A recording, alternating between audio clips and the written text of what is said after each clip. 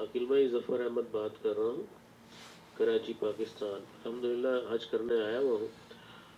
یہاں پر طبیعت میری ٹھیک نہیں ہے، ابھی میرا جب یہ لے جائیں گے تو خیموں میں ظاہری بات ہے ہم رہیں گے، تو وہاں سنا ہے کولنگ بھی ہوتی ہے، تو کولنگ سے بچنے کے لیے میں کیا سویٹر پہن سکتا ہوں یا نہیں پہن سکتا، تاکہ طبیعت جو ہے میری بہتر رہے، خراب نہ ہو؟ بیماری کی اس بارے میں کیفیت میں اسلام کیا کہتا ہے ذرا بتا دیجیے گا، بہت بالکل شکریہ۔ بالکل میں حاضر ہوں۔ آج مکہ مکرمہ میں بڑی ہلچل ہے۔ کیونکہ مکہ مکرمہ سے تمام حجاج بیت اللہ الحرام مینا کے لیے مغرب کے بعد روانہ ہوں گے، اور بھائی صاحب پاکستان سے تشریف لائے ہیں، نہ جانے کتنے ملکوں سے سعودی عرب میں لاتعداد لوگ آتے ہیں، اور ایک بات میری سمجھ میں نہیں آتی، جو سعودی عرب سے حسد اور بغض اور عجیب و غریب خیالات لے کر آتے ہیں، جب یہاں ان کی خدمات دیکھتے ہیں تو اللہ کے شکر سے وہ تبدیل ہو جاتے ہیں، اور ان کی رائے بھی تبدیل ہو جاتی ہے سعودی عرب کی خدمات کو دیکھ کر۔ جب آپ کسی ہوٹل میں جاتے ہیں یا ایئر لائنز میں سفر کرتے ہیں یا بینک ایون کال سنٹر کی کال ریسیو کرتے ہیں، وہ آپ کو کہتے ہیں کہ آؤٹ آف 10 آپ ہماری خدمات کو پلیز ریٹ کیجئے، تو آپ 10 آؤٹ آف 10 ان کو دیتے ہیں، اس کے باوجود کہ ریسٹورنٹ میں آپ اپنے پیسے دے کر کھانا کھا رہے ہوتے ہیں۔ سعودی عرب میں جو لوگ آئے ہیں، کیا یہ اس بات کے حقدار نہیں ہیں کہ آپ کے سفر میں جو سہولتیں سعودی حکومت نے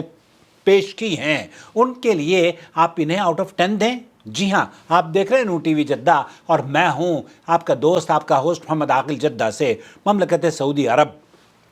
جناب اللہ تعالیٰ آپ کو شفایابی عطا فرمائے۔ ابن عمر رضی اللہ تعالیٰ عنہما بیان کرتے ہیں کہ ایک شخص نے نبی کریم صلی اللہ علیہ وسلم سے عرض کیا، اے اللہ کے رسول صلی اللہ علیہ وسلم،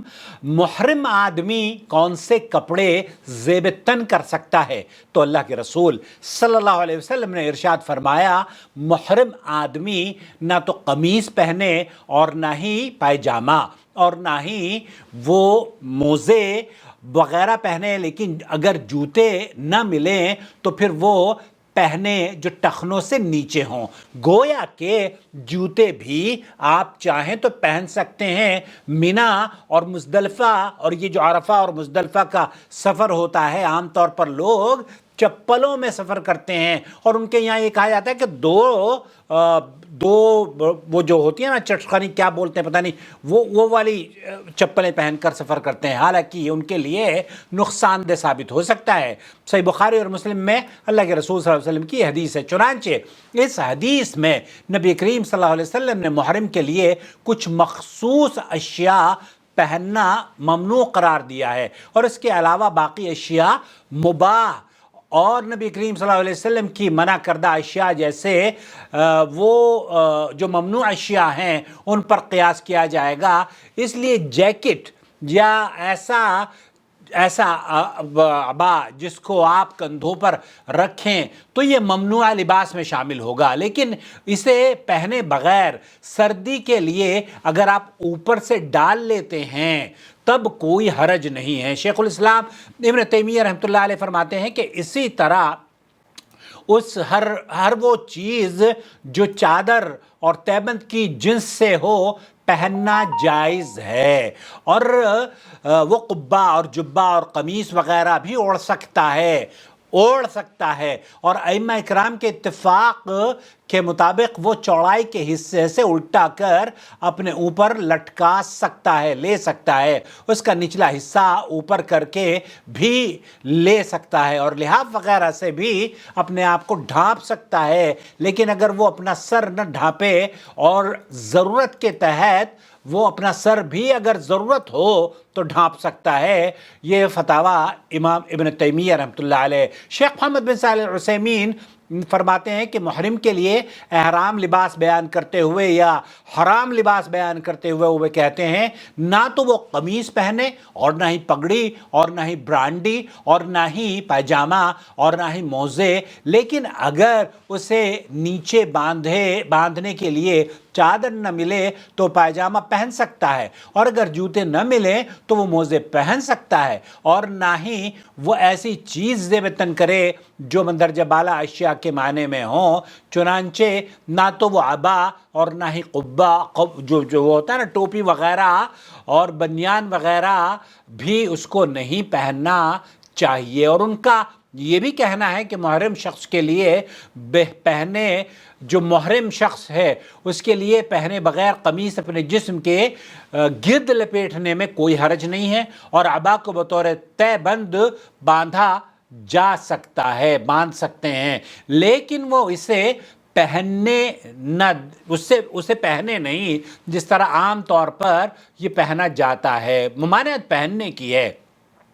اس بنا پر اگر موسم سرد ہو تو محرم شخص عبا یا کوئی چیز پہنے بغیر اپنے اوپر ڈال کر اسے بطور لحاف یا چادر استعمال کر سکتا ہے، اور اگر اسے سردی روکنے کے لیے ضرورت چیز یا ایسی چیز نہ ملے جس سے کہ وہ سردی رک جائے تو پھر جیکٹ پہنے بغیر اپنے اوپر ڈال کر سردی سے بچنے میں کوئی ممانعت نہیں ہے، کوئی حرج نہیں ہے، اور جیکٹ پہن بھی لے